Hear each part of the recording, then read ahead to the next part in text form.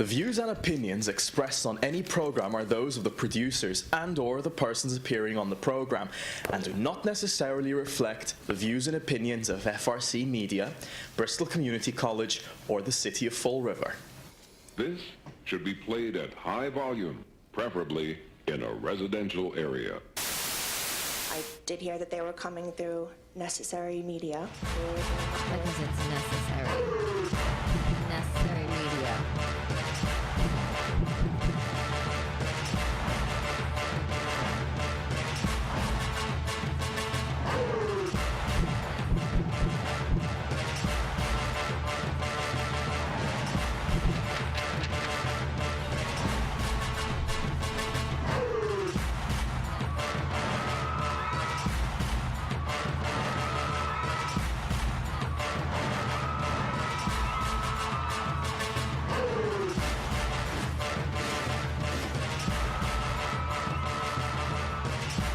Necessary media.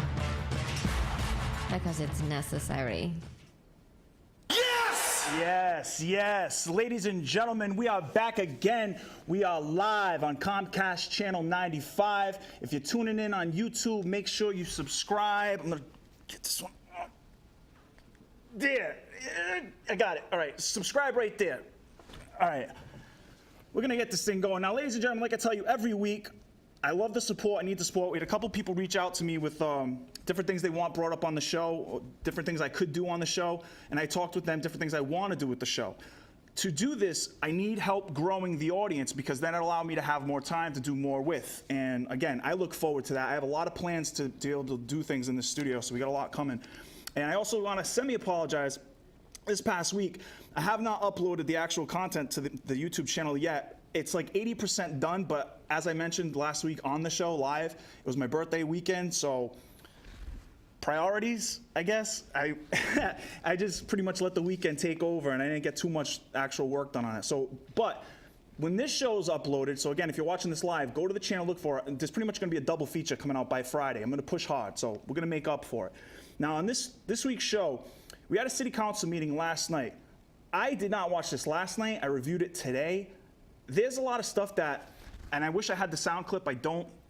City Councilor Steve Long brought up one of the points that I thought hit home with a lot of these city council meetings in general, where it feels like things are brought up, then they're put to these specific committees, basically, these smaller groups. Then they're brought back to the council, then they're brought back to the committee, and it's this never-ending cycle of death, right? It gets nowhere. So I believe he vented his frustration at that. I thought that was admirable because it's true. And some people will take note of a quote that happened there, Adam nauseum. I guess he knows an Adam nauseum. But, you know, as far as semantics go and word games here, we have them all over the place. We have different people who choose, and I want to get into that in a little bit. There's another word that is taken over for this week, because I also watched the school committee meeting. Shout out to school committee member his name's Costa. Stop calling him Co-Star. His name's Costa. Ed Costa, who I'm going to have on the show pretty soon. We're just trying to work out scheduling issues. He's got a lot on his plate, as they all do. But going forward, we got a lot of things going to be going on here. So as I was saying, I was watching the school committee meeting, and there's a new word, which I'll get into in a couple minutes. There's a new word floating around there. That's going to be interesting. Again, another part of the city council meeting, what had happened was we have another No Flex Zone award winner brought, without me having to do anything, someone else just put it right there in front of me. So we're going to have that coming up later. That's fresh out of the city council meeting. No work on my part. What I got coming up for, and I'm trying to get a little time going, is we're going to get a call from the Fall River Firefighters Union President, Jason Burns.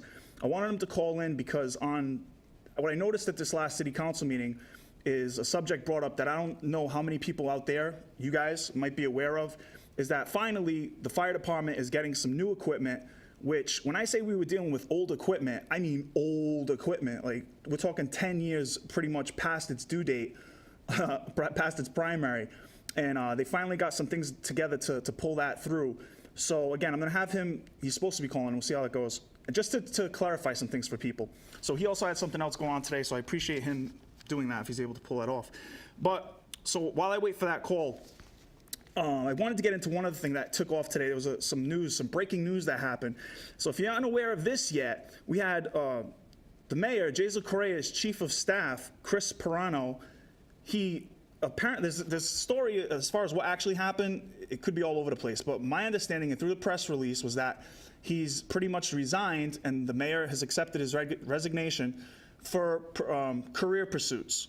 Now, a normal layperson sees that, there's a lot of rumors going to go around, but what we have just in that note in itself is basically saying he had a better opportunity come his way and he jumped on that ship as soon as he could.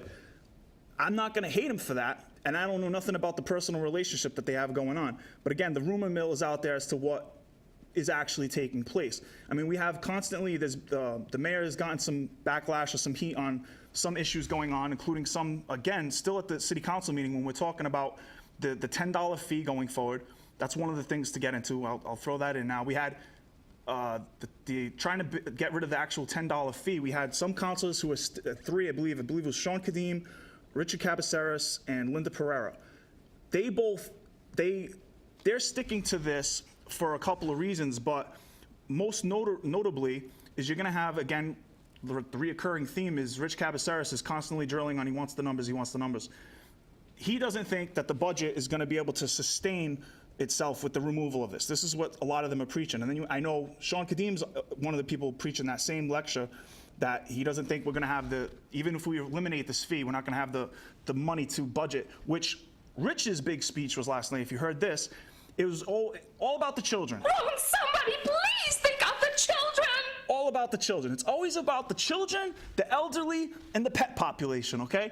Little kids, older people, and cute little puppies. If you work that angle, you'll do all right in politics, ladies and gentlemen. I don't know if they teach that in Politics 101, if you're a political science major, if that's like on a quiz, but it seems to be that works for you pretty good.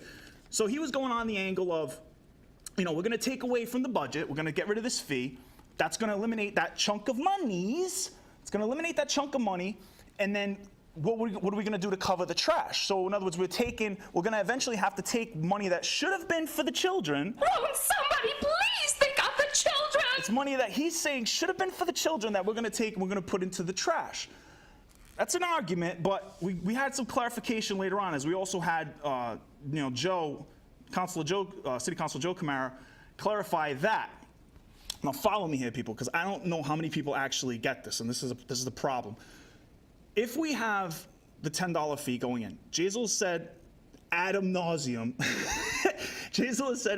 that he's not going to include it in the budget. So if we keep this $10 per unit per month fee, my understanding of what I caught from the city council meeting last night is it's going to build up, it's going to accumulate at the end of the year into what would eventually just be ghost money. It's going to automatically get pushed over into what's called free cash, which just means they got money for nothing. It should have been budgeted out, but they got it there. So it's going to go into that. And some people want you to believe, well, you'll just have this money and you could do what you want with it, which means it could go for education. It cannot. So I don't know what was going on, but it took Joe Camara again to reiterate this, which I feel, again, has been said so many times. Any money derived for services of trash removal, trash disposal, whatever you want to call it, if you're paying a fee for your trash, that money accumulated, the monies cannot go to anything else. So get that idea out of your head if it's there and adapt the real philosophy of what's going on, because now you can actually interpret what's going on at these meetings a little better if you understand that the budget is the budget, which part of what I saw also was that they want to actually have the enterprise fund, I don't know if it was the exact terminology I want to use here, but they wanted to exact where the money's going. So you're going to have a budget that's going to show where this money's going, which is, I had Jason Correa on before, they had the mayor on, we talked about him going zero-based budgeting, which means start everything off at ground level and build from there, as opposed to taking on last year's budget and just kind of okaying it, for lack of a better word right now. So we have a situation where the councilors are now saying, where the money would be freed, what we can do with it, what we can't do with it. That went on for a while. Again, now Linda Pereira, her view on this was just, and this is the other, again, Sean Kadim, Rich Cabaceras, and Linda Pereira voted no, in other words, to keep the fee. It passed without them to move on to the second reading. But in the meantime, so her view was to not vote to get rid of it because we don't know, again, what the budget's going to bring us later on. It's all a game of see what happens when it happens kind of a deal. So they want to be loose on that. They don't want to take what the general budget might be.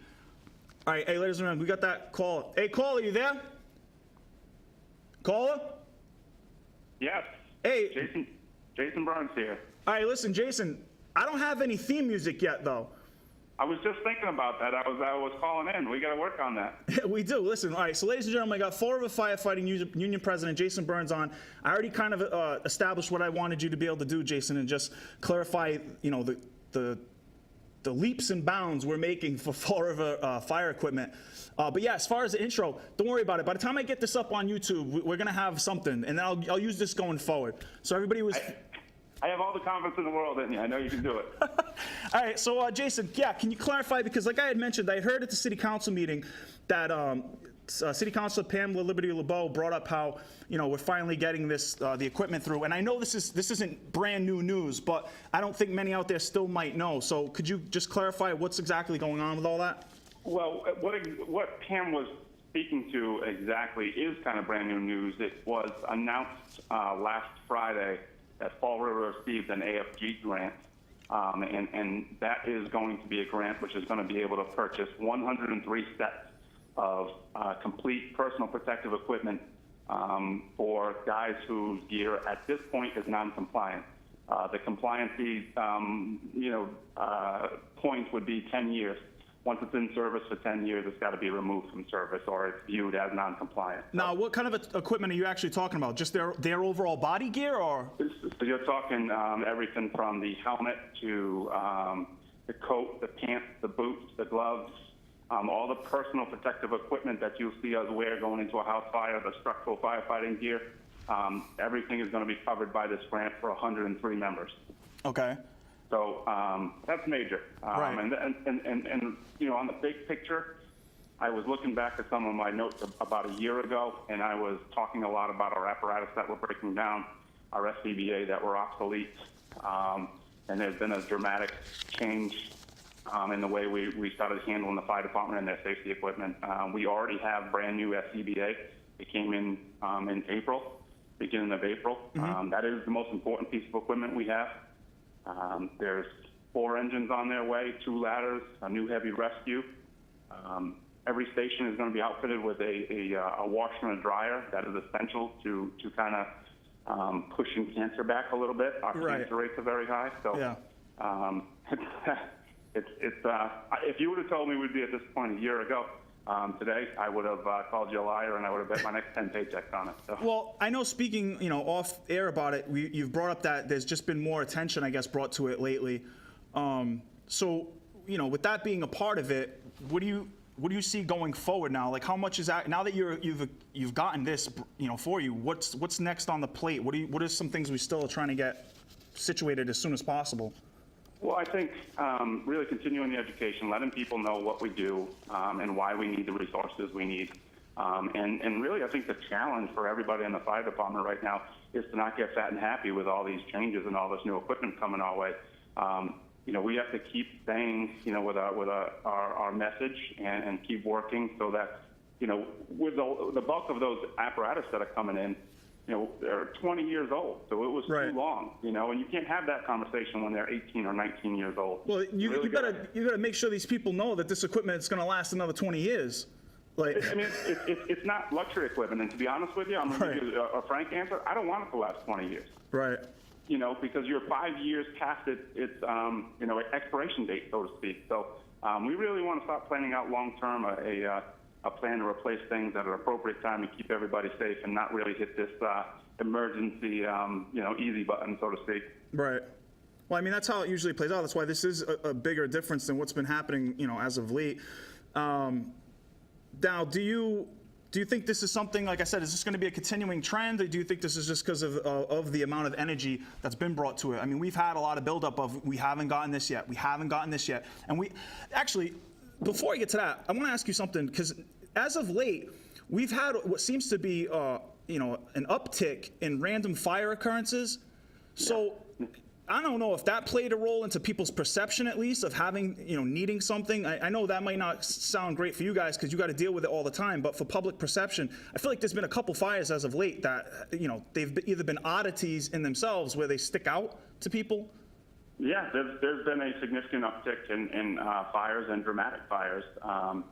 You know, the kind that reach the newspaper. We have plenty of small ones, and we can get to them and keep them in a small stage, maybe one room. But you've seen some pretty dramatic scenes out there, and I think you're right. It does kind of stay in people's minds. So it's, you know, obviously I don't want to see that, but I got to admit, in some respects, it helps your cause. Right. I don't like that it has to be that way. I wish people would just understand that the firefighters need safe equipment.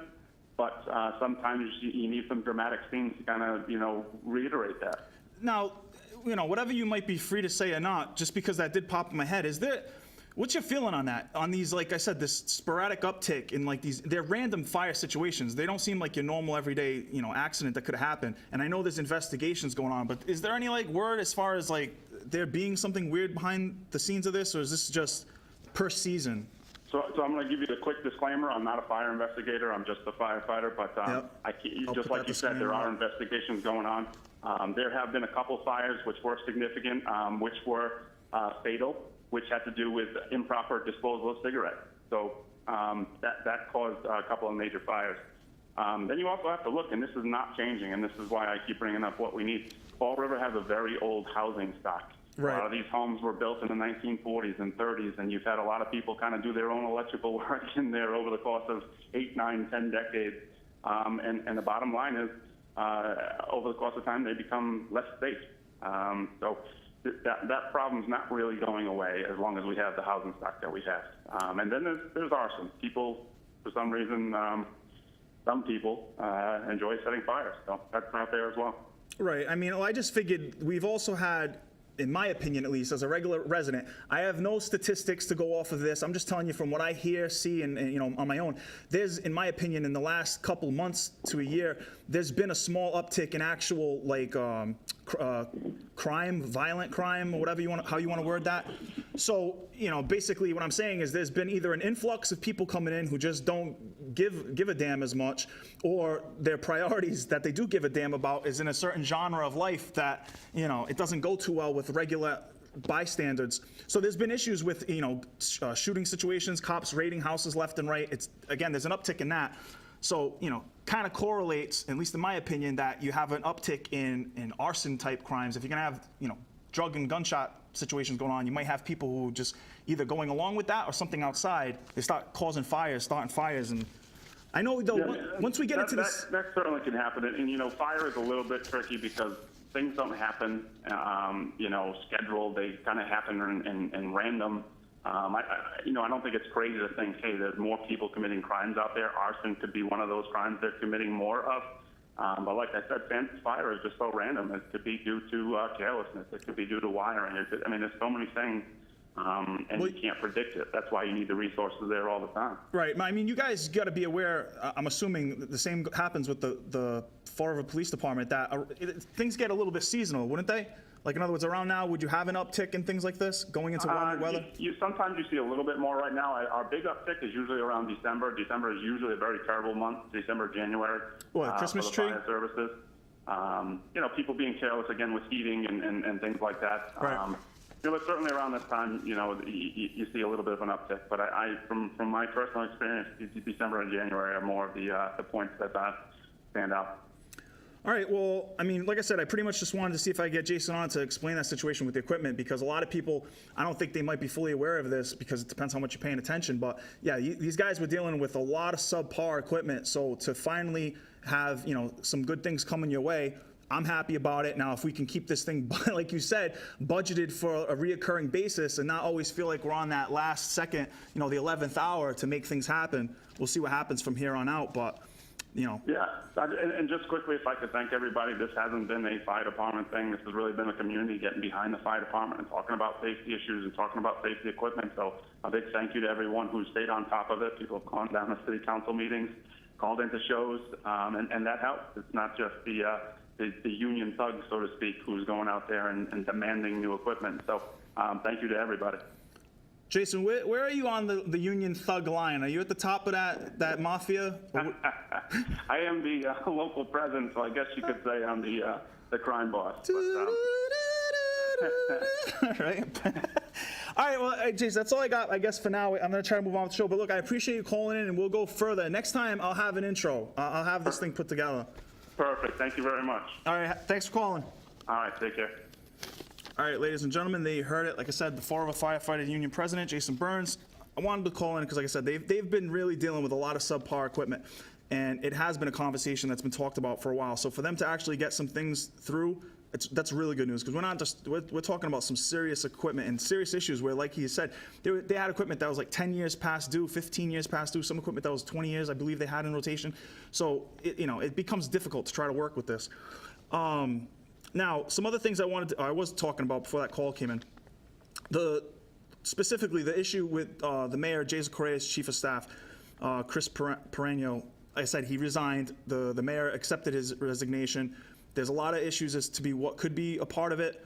I'm not going to play the rumor game on it, but everybody else is free to go nuts. Go nuts, and then tell me what you know or think you know. I've heard a lot, but from my understanding is that, like I said, the press conference release itself, or the press release itself, was strictly that he was moving on for basically career opportunities, which that basically means I have a job that was going to pay me a lot more money, and when I did this, I said, I'm out, and he got out quick. But whatever the reality is, I'm sure we'll find out as the days go on and people start digging.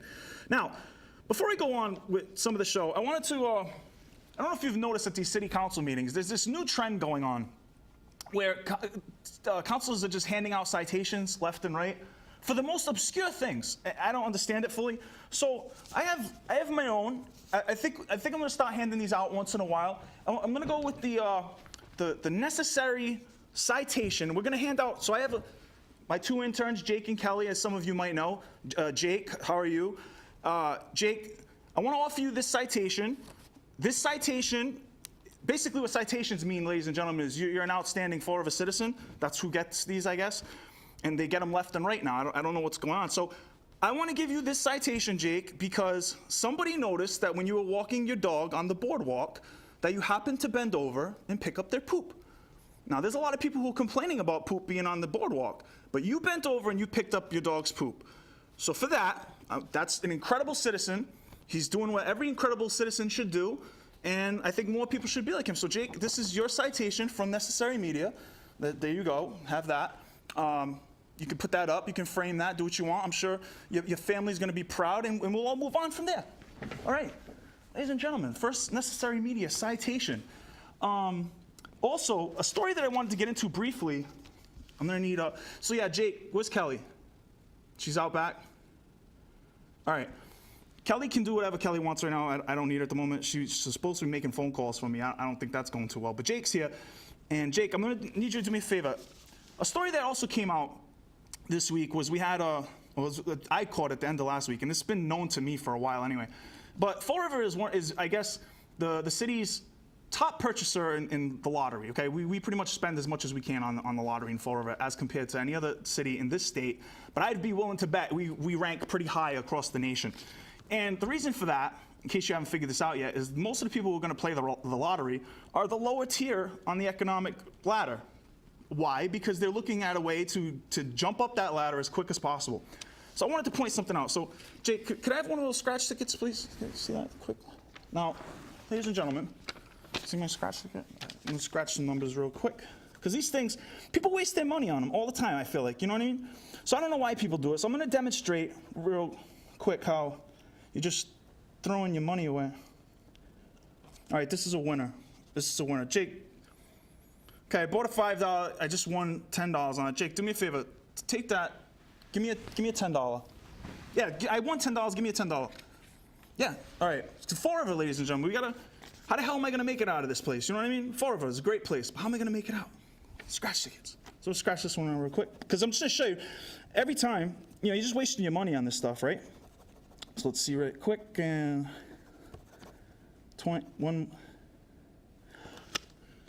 All right, this is another winner.